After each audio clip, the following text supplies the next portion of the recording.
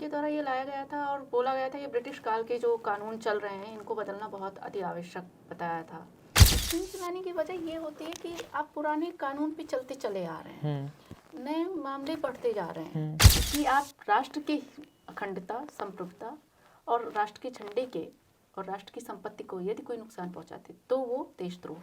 Bell accused का right होता है, ट्रायल कोर्ट बेल देने से डिनाई करते हैं, कहते नहीं कुछ नहीं होता है, मतलब आप सर्टिफिकेट जब तक लाएंगे तब तक एविडेंस ऐसे हो जाएगा, या पैसा वकील तो बिना पैसे के काम नहीं करता। तो अभी भी इंसानियत जिंदा है, ऐसा नहीं है। काले कोट वाले और सफ़ेद कोट वालों से भगवान बचाए अक्सर हम सुनते हुए आए हैं, ये बड़े बूढ़ों से अक्सर हमने ये चीज़ें ही सुनी हैं।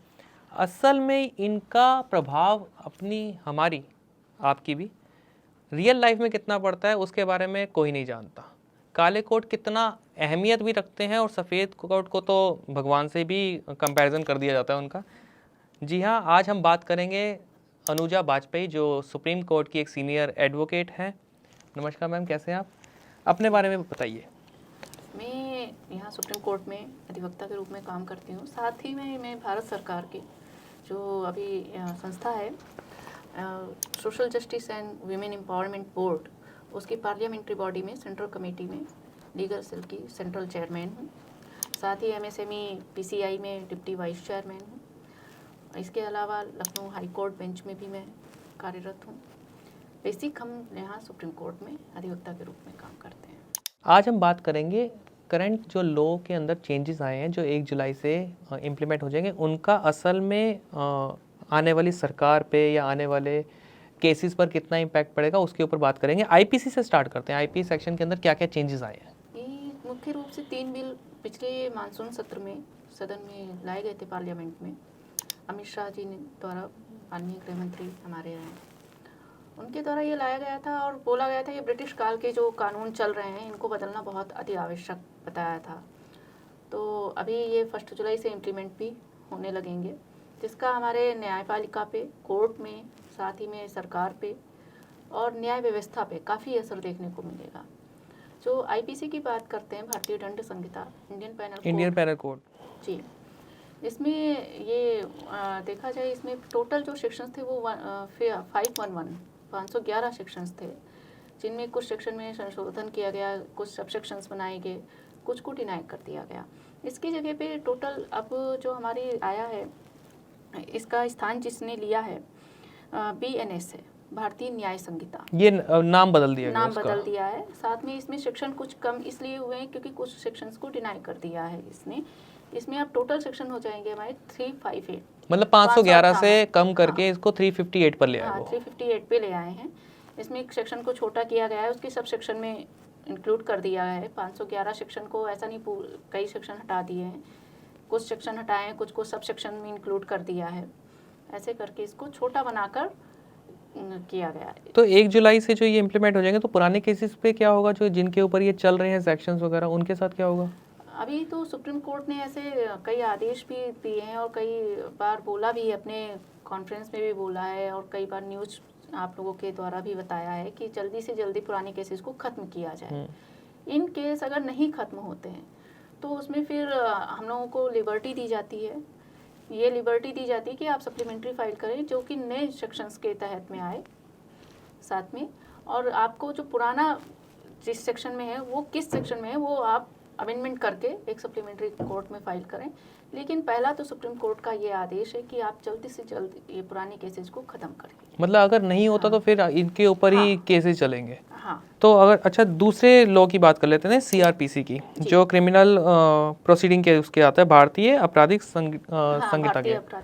हाँ, उसके अंदर क्या चेंजेस आए हैं? उसके अंदर भी देखा जाए तो सेक्शंस बढ़ा दिए गए हैं। कुछ पहले 484 समथिंग हुआ करते थे। 484 होते थे, अब करंट में उसमें 531 हो गए हैं। अच्छा। हाँ, उसमें सज़ा का प्रावधान बढ़ाया गया है। कुछ केसेज ऐसे हैं जिनमें जो डेथ थी वो डिनाई कर दिया था कोर्ट ने, सरकार ने पहले। अब इसमें जैसे सामूहिक मतलब रेप हो गया, इसमें डेथ की है, आप 2 kg एवेब कोई मतलब नारकोटिक्स है, कोई NDPS का कोई भी गांजा चरस ऐसा कोई मतलब आप लेकर जाते हैं पदार्थ, तो उसमें डेथ का प्रावधान है। अच्छा, ये चीज़ें बढ़ा दी हाँ, गई। ये चीज़ें बढ़ा दी गई हैं। आपको इसमें ये भी देखने को मिलेगा, पहले क्या होता था कि जब्ती और जो भी मतलब जब हम अरेस्ट करते थे, जो जब्त होता था माल, या जब हम चार्जशीट बनाते थे, पूछताछ करते थे, 161 के रिकॉर्ड करते थे, बयान रिकॉर्ड करते थे 161 का, उसमें वीडियो कॉन्फ्रेंसिंग नहीं होती थी। अब इसमें मैंडेटरी कर दिया गया है कि आपको वीडियो कॉन्फ्रेंसिंग जरूरी है। इलेक्ट्रॉनिक एविडेंस का इसमें प्रावधान ये एक अलग से तरीके से दिया प्रूफ गया की तरह काम करेगा। है। हाँ, प्रूफ की तरह काम करेगा। तो इसमें आप जो निर्दोष हैं उनको काफ़ी सुविधाएं देखने को मिलेंगी, और सारी चीज़ें पारदर्शिता के साथ कोर्ट के सामने आएंगी। जब आप वीडियो कॉन्फ्रेंस करते हैं, कितना एक्यूज्ड कहता है हमारा ये सामान था, पुलिस कहती ये नहीं था, तो वो सारी चीज़ें पारदर्शिता आएंगी। अच्छा, सीआरपीसी जो सेकंड लॉ है उसका नाम बदल के बीएनएसएस जो रख दिया हाँ, है। बीएनएसएस रखा है, जी। भारतीय नागरिक सुरक्षा संहिता। भारतीय नागरिक नागरिक सुरक्षा सुरक्षा संहिता, संहिता। ठीक है। जी। अब जिस तरीके से आपने कहा इसके अंदर ये जो डेथ का आपने बताया, और ये इसके अंदर कानून थोड़े से सख्त हाँ। हुए हैं, इसका प्रभाव भी तो काफ़ी पड़ेगा धीरे हाँ, धीरे। सब पे पड़ेगा। हमने बोला इसका असर न्यायपालिका, न्याय व्यवस्था, सरकार, गुनहगार और निर्दोष सब पे पड़ेगा। सब पर पड़ेगा। हाँ। तो एक तरीके से देखा जाए तो अच्छी बात है, थोड़ा सा कानून सख्त हो रहे हैं। हाँ, बिल्कुल अच्छी बात है। निर्दोष को न्याय मिल सकेगा जल्दी। तो लेकिन जितना टाइम लगता चला आया है, सुप्रीम कोर्ट की बात की, लाखों केसेस पेंडिंग होते हैं, आपको लगता है कहीं ना कहीं जो निर्दोष होता है वो कहीं ना कहीं पिस जाता है इस चीज़ के अंदर, क्योंकि बहुत लंबा प्रोसीजर हो जाता है उसके लिए? हाँ, इसी को कम करने के लिए हमारे चीफ जस्टिस डी.वाई. चंद्रचूड़ जी ने काफ़ी बार कहा भी है, और उसको इम्प्लीमेंट भी कर रहे हैं कि आप ऑनलाइन, अब तो ई फाइलिंग का सुविधा दे दी कि आप कोर्ट नहीं आ सकते, आप ई फाइल कर दीजिए, कहीं से भी अपना लॉगिन करके फाइल कर सकते हैं आप। और इसके अलावा डे टू डे हेयरिंग के लिए भी वो बराबर डायरेक्शन देते हैं, ट्रायल कोर्ट को, हाई कोर्ट्स को बराबर डायरेक्शन दे रहे हैं कि आप डे टू डे हेयरिंग करिए केस की। जितने भी ओल्ड केसेज हैं उनको जल्दी से जल्दी ख़त्म करिए, न्यू केसेस को कोशिश करें फ्रेश में ही ख़त्म कर दें। मतलब आप चार्जशीट आने का वेट ना करें आपराधिक मामलों में, आपके कमेंट पे भी उसको डिसाइड कर सकते हैं, ये अथॉरिटी दी है। बेल एक्यूज्ड का राइट होता है, ट्रायल कोर्ट बेल देने से डिनाई करते हैं। डी.वाई. चंद्रचूड़ जी ने अपने कई बार अपने कमेंट्स में, अपने भाषण में कई बार इस बात को कहा है कि ट्रायल कोर्ट क्यों डिनाई करती है, जबकि वो बेल तो उसका राइट है, एक्यूज्ड का बेल देनी चाहिए। होता क्या है, ट्रायल कोर्ट अपना दायित्व निभाने से थोड़ा सा घबराती है, तो हाई कोर्ट के बाद सुप्रीम कोर्ट, ये चीज़ें डी.वाई. चंद्रचूड़ जी भी कह रहे हैं कि कम हो, इसके लिए डायरेक्शन भी दे रहे हैं, और दिन पर दिन अब कम देखने को मिलेगा आपको। अच्छा, बात कर लेते हैं आईपीसी सेक्शन की। इसके अंदर कौन कौन से केस हैं जो मेजर केसेस जो आते हैं? आईपीसी में जैसे कि जिसका नाम बदल के बीएनएस जो रख दिया गया है। हाँ, भारतीय न्याय संहिता जी। रखा गया है, 376 केस था, अब इसको बदल के आपने कर दिया है 348 पे। डिफिनेशन वही है, सेक्शन चेंज हो गए हैं। पहले हम सीआरपीसी में बेल के लिए जाते थे, एंटिसिपेटरी बेल के लिए जाते थे 438 में, अब इसको बदल के 824 पे कर दिया है। तो वो आपको कंपेरिजन एक टेबल बनानी पड़ेगी, जो स्टूडेंट्स हैं मेजर, जो जुडिशरी की तैयारी कर रहे हैं, उनको कंपेरिजन के लिए एक टेबल ऐसा बना लें। हम लोग भी एडवोकेसी भी हम लोग करते हैं, तो हम लोगों को भी पढ़ना है, और ये नियम आने से सबको पढ़ना पड़ेगा, तो एक टेबल बना। हाँ, मेरा अगला क्वेश्चन इसी के ऊपर था कि आप लोगों के लिए भी थोड़ा सा ये मुश्किल हो जाएगा, क्योंकि नए सिरे से आपको सारा कुछ चेक करना है। हाँ, नए सिरे से सब चेक करना है, हम लोग भी और जस्टिस भी जितने हैं सबको पढ़ना पड़ेगा, क्योंकि अभी क्या होता था, एक दिमाग में बैठ जाता है हम लोगों का काम करते करते कि अच्छा इस सेक्शन रेगुलर हो जाता है, पढ़ाई की है आपने, ठीक है, उसी पे काम कर रहे हैं। रूलिंग निकालना आसान हो जाता था, अब वो रूलिंग उसको कैसे इसमें हम इसका असर कैसे हम इसको अटैच करते हैं, की वजह क्या होती है, चेंजेस लाने की वजह क्या है एक्चुअल में? चेंजेस लाने की वजह ये होती है कि आप पुराने कानून पे चलते चले आ रहे हैं, नए मामले बढ़ते जा रहे हैं, उसमें कई बार ऐसे हमारे कानून में अगर देखा जाए, जैसा कि अमित शाह जी ने पहले भी बोला, ब्रिटिश शासन के कानून थे, उन्होंने अपने अनुसार बनाया था। उन्होंने अपने अनुसार, ब्रिटिश शासन जब चल रहा था, अंग्रेज जब यहाँ हमारे ऊपर शासन कर रहे थे, तो उन्होंने ये सोच के बनाया था कि यहाँ की जनता मूर्ख है, वो अपराधी को कैसे क्या क्या छूट देनी है, कब अपराधी को हमें कवर करना है, निर्दोष को कैसे दोषी बनाना है, कई चीज़ें कानून में थी। हालांकि हमारा कानून मतलब आप संविधान भी अगर कॉन्स्टिट्यूशन भी देखेंगे, उसमें अमेंडमेंट समय पे होते रहते हैं, इसीलिए होते हैं कि निर्दोष को सज़ा ना मिले और दोषी को सज़ा मिले, और अपराध कम से कम संख्या में। आम जनता इससे अवेयर नहीं होती, ये कोई बड़ी चीज़ नहीं है हमारे लिए।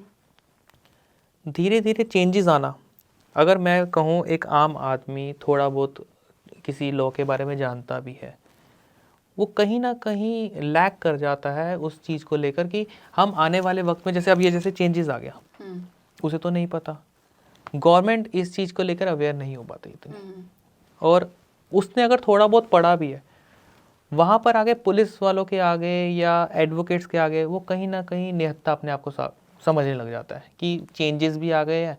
तो आपको लगता है कि आम जनता इसमें सफ़र करती है? सफ़र करती है, लेकिन इसके लिए देखिए सरकार कदम उठाती है जी। अभी जैसे हमने बताया कि मैं social justice and women empowerment की पार्लियामेंट्री बॉडी के सेंट्रल चेयरमैन हूँ लीगल सेल में। तो हम लोग इसीलिए अवेयरनेस के लिए ही काम करते हैं। इस बोर्ड में हमारा मेन मकसद होता है अवेयरनेस, कि लोगों को अवेयर करें कि क्या चेंजेज आ रहे हैं, आपका न्याय आप तक क्यों नहीं पहुंचता है।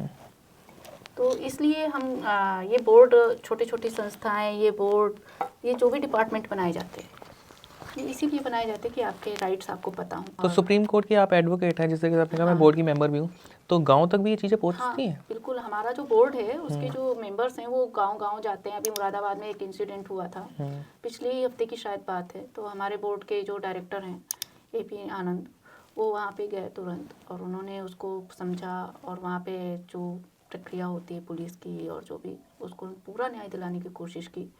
हम लोग समय समय पे ऐसे काम करते रहते हैं। अभी हमारे सुप्रीम कोर्ट में एक NDPS का मैटर था, उसमें भी एक महिला बेचारी परेशान हो रही थी। तो मैंने, बल्कि उसके पास पैसे भी नहीं थे, तो मैंने विदाउट एनी फ़ी उसकी मदद की, उसको एप्लीकेशन लिख के दिया, उसको बताया ऐसे ऐसे यहाँ पे प्रोसीड होता है। तो हम लोग ऐसा नहीं है कि सिर्फ पैसे या उस पर, जैसा कि कहा जाता वकील तो बिना पैसे के काम नहीं करता, तो अभी भी इंसानियत जिंदा है, ऐसा नहीं है। नहीं, एक बात तो है इसमें, सुप्रीम कोर्ट के एडवोकेट 4 तो अच्छे खासे करते ही होंगे। अब सर मेहनत भी तो देखिए आप उनका चार्ज देखते हैं, एक एडवोकेट की आप मेहनत देखिए, लेकिन आम इंसान के बस की तो बाहर हो जाती है ना ये चीज़। लेकिन आप उसकी मेहनत देखिए ना सर। आम इंसान की भी मदद होती है। हमारे लीगल एड्स जो होते हैं, जो सरकारी इम्पैनलमेंट में आते हैं, पैनलाइज्ड होते हैं, वो लीगल एड इसीलिए होते हैं कि जो गरीब है, अगर वो किसी एडवोकेट की फीस देने में असमर्थ है, नहीं दे सकता है, तो उसको लीगल एड के जरिए सरकारी वकील प्रोवाइड कराया जाता है। वो उतनी मेहनत करता है जितनी प्राइवेट। अब ये तो सर उस पर डिपेंड करता है, करता तो बिल्कुल है कोई भी लॉयर हो। नहीं, मैं किसी के ऊपर एलिगेशन नहीं लगा रहा, मैं एक बात कर रहा हूँ जनरली, मतलब अगर गवर्नमेंट वकील प्रोवाइड कराती है तो वो उतना ही ध्यान देता है उसकी तरफ? नहीं, बिल्कुल देगा, क्यों नहीं देगा, उसका कर्तव्य है न्याय दिलाना। ठीक है, ये तो अच्छी बात है। अच्छा, बात करते हैं आपके थर्ड लॉ की, BSA की, जिसका नाम बदल के अब कर दिया है आपने भारतीय सुरक्षा अधिनियम। हाँ, ठीक है, इसके अंदर क्या चेंजेस आए हैं और ये एक्चुअल में है क्या, इसके बारे में बताइएगा। ये एविडेंस एक्ट था पहले, भारतीय साक्ष्य अधिनियम। इसमें टोटल सेक्शंस हमारे 166 थे। 166 करंट में थे? हाँ, मतलब जो चेंजेस से पहले। हाँ, करंट में है, और 1 जुलाई से जो BSA आएगा उसमें 170 हो जाएंगे। बढ़ा दी, उसके भी बढ़ा दी। मतलब एक तरीके से देखा जाए सिर्फ आपने पहले वाले IPC के अंदर ही कम करे, बाकी दोनों में बढ़ाए हैं। उसमें भी कम नहीं है, उसके सब सेक्शंस बढ़ा दिए उन्होंने। अच्छा, हाँ, उसको इंक्लूड कर दिया, कम नहीं किया है, मतलब मर्ज कर दिया एक तरीके से। मर्ज कर दिया है। कुछ ही अगर हम PIB की आप रिपोर्ट देखेंगे तो उसमें अगर देखा जाए तो 9 धाराएं जोड़ी गई हैं और 9 धाराएं निरस्त की गई हैं। अच्छा, IPC की बात, धाराएं जो निरस्त गई हैं जो सी, उसके अंदर ऐसा क्या था जो उसको हटाना जरूरी समझा? हटाना इसलिए जरूरी समझा क्योंकि उनकी जरूरत नहीं थी। नहीं, ऐसी क्या धाराएं थी, मेरा कहने का मतलब ये था। ऐसी धाराएं जैसे कि आप, अब किसी ने आपसी झगड़ा हो गया, धक्के से भी, ये तो इंडिया है सर, एक धक्का लगा उसमें भी झगड़ा हो जाता है। तो वहाँ गए, नहीं हम तुम्हारे खिलाफ FIR लिखा देंगे।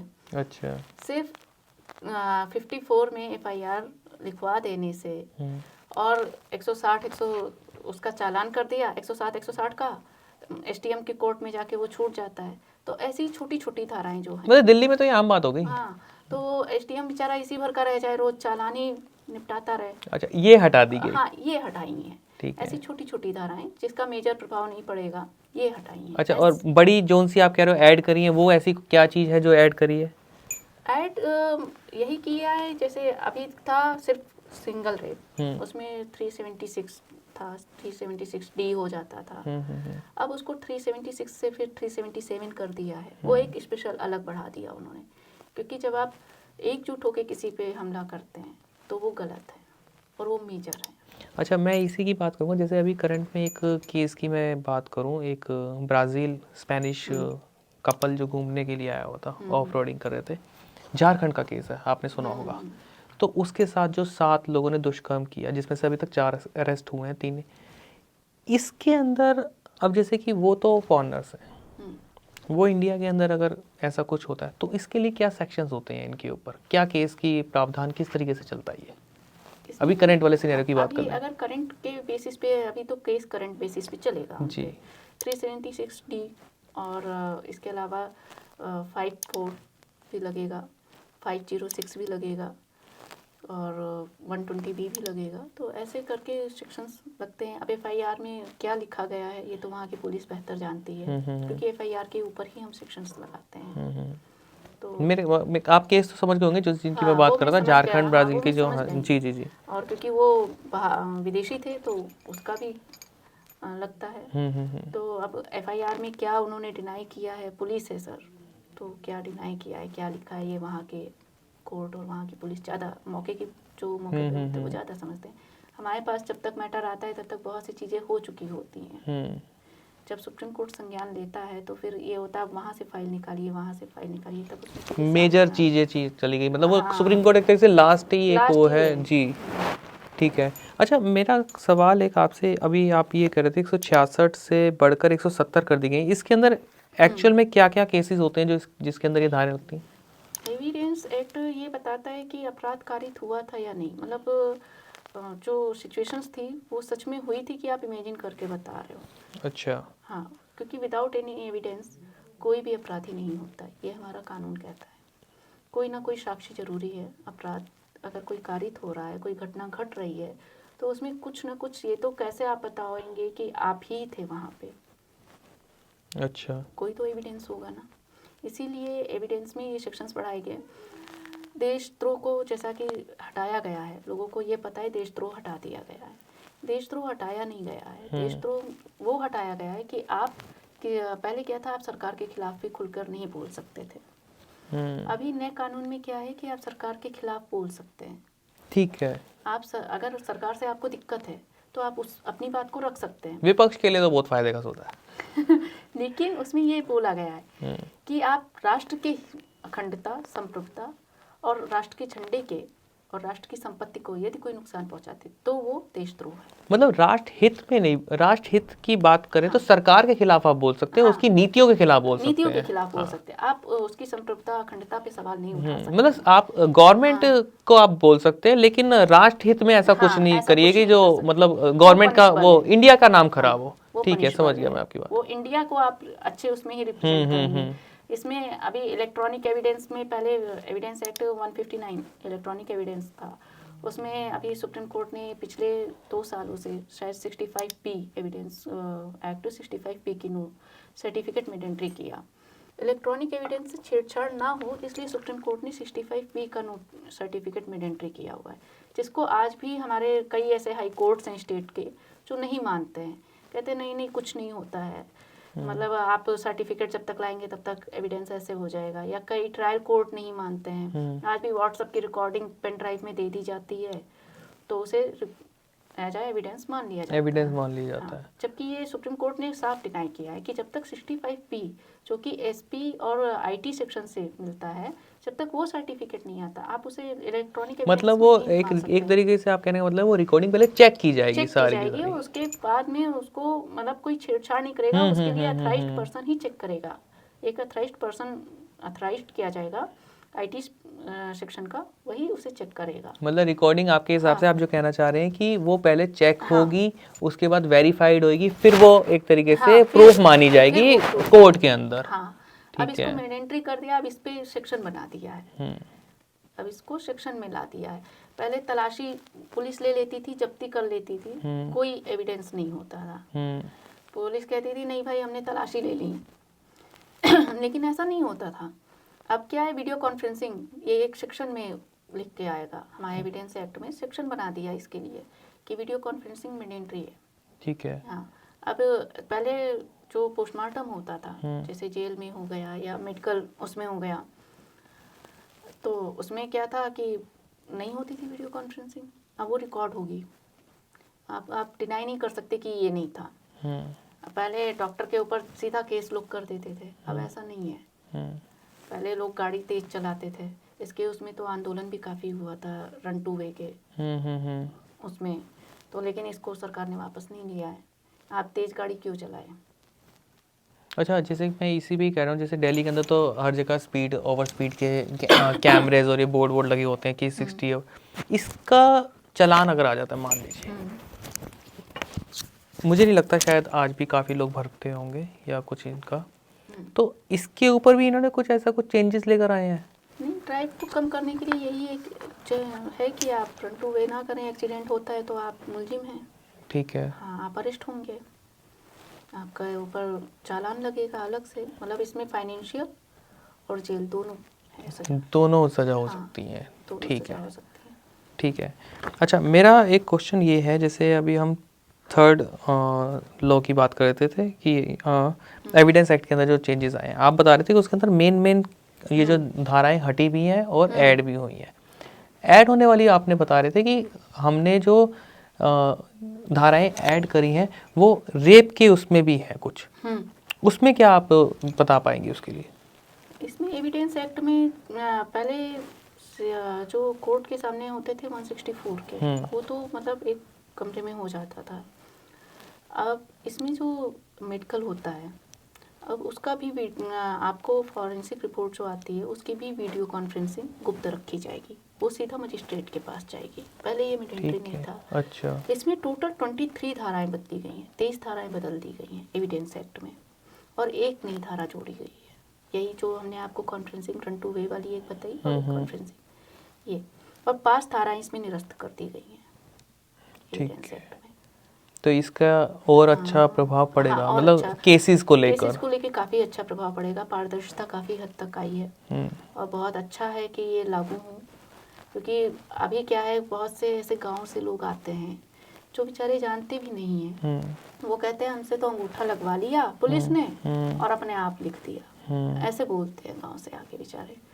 अब ऐसा नहीं है, वो पूरा आपको पहले मेल भेजनी होगी, पूरा रिकॉर्ड करना होगा, जो आपने लिखा है वही आपकी साइट पे हो, मतलब चार्जशीट में जो लिखा है वही सारा कुछ प्रूफ। ये नहीं है कि आपकी केस डायरी और है, चार्जशीट और है, आप FIR और लिख रहे हैं, ऐसा नहीं है। सब कुछ सिमिलर होना चाहिए। ठीक है, मतलब तो एक तरीके से देखा तो पुलिस के ऊपर भी काफ़ी प्रेशर आ जाएगा इसके बाद। जो आपने ये जो चेंजेस बताए इसके बाद तो मेरे ख्याल से सबसे ज़्यादा मुश्किल काम ही पुलिस वाले का होने वाला है। पुलिस का भी होगा, एडवोकेट्स का भी होगा, सबका काम मुश्किल है सर। अच्छा, मेरा एक पर्सनल सवाल होगा आपसे, दिल्ली के अंदर मैं खास तौर पे कहूँ, पुलिस वालों की आप लोगों से नहीं बनती ऐसा ही होता है? बिल्कुल। क्या वजह क्या होती है असल में? मैं कहूँ कि एक पुलिस वाले को अगर किसी वकील का नाम दे दिया जाए कि मैं वकील हूँ, तो कहीं ना कहीं पुलिस वाले उसकी ध्यान से सुन भी लेते हैं। अदरवाइज मैं पुलिस की बदनामी या एलिगेशंस नहीं लगाना चाहता, लेकिन कहीं ना कहीं आप लोग ये एक 36 का आंकड़ा जैसा लगता है, वो क्या वजह है सबसे बड़ी? ये पुलिस के हाथ में तब तक के कानून रहता है जब तक चार्जशीट नहीं फाइल होती। ठीक है। और एक एडवोकेट के पास मतलब FIR से लेके न्याय दिलाने तक सारे राइट्स होते हैं। ठीक है। तो ये कहीं ना कहीं पुलिस को लगता है कि एडवोकेट्स के पास ज़्यादा पावर है, हमारे काम में टांग अड़ा रहे हैं। हाँ, मतलब FIR हुई नहीं कि एडवोकेट पहुंच जाता है कि भाई कैसे FIR हुई है। तो उसको ये लगता है कि एडवोकेट के पास ज़्यादा पावर है, हम तो गवर्नमेंट के एम्प्लॉई हैं और मेरा काम नहीं होने दे रहे हैं। तो ऐसा नहीं है। बाकी हम लोगों का पर्सनल कोई ऐसा इशू नहीं रहता है आपस में वो केस को लेके कभी ऐसा हो गया तो मतलब नहीं, ये चीज़ें आप बेशक पूरी खुल के शायद बात भी ना करेंगी कैमरे के सामने, लेकिन असल में तो देखने में यही मिलता है।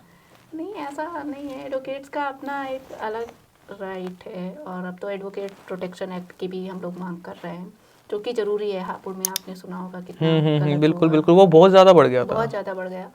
और एडवोकेट जो दूसरों को न्याय दिलाता है उसके प्रोटेक्शन की तो बात बननी चाहिए, क्योंकि आप तो सरकारी एम्प्लॉई हैं, आपको प्रोटेक्शन मिल जाता है, एडवोकेट कहाँ जाएगा।